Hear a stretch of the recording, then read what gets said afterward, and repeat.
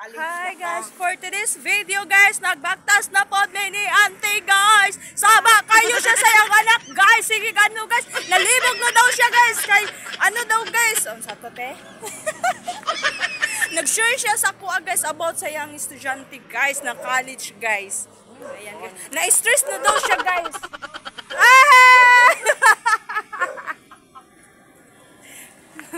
Dagan unsa daw to? Video guys. Guys. Sa vlogger na si ate oh.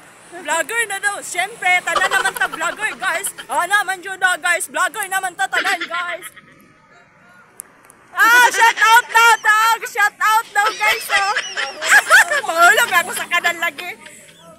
Shout out daw. Hala! Shout out daw. Nagagad ka na pa shout out. Shout out sa inyo guys. Ano ito? Kato ng motor. Shout out daw guys. Hello for the first time. Nagagad ka na pa shout out. Shout out sa inyo ha. Kinsa itong nagmotor. Kato nakabike. Hello. Hello for the first time. Nagagad ka na pa shout out. Kumuagi ni sa inyo ha nga. Kumuagi ni sa inyo ha guys. Kinsa man to. Direto dapitong sa nina lugar te. Dire sa domo ito nagpa-shout out ang uban guys oh.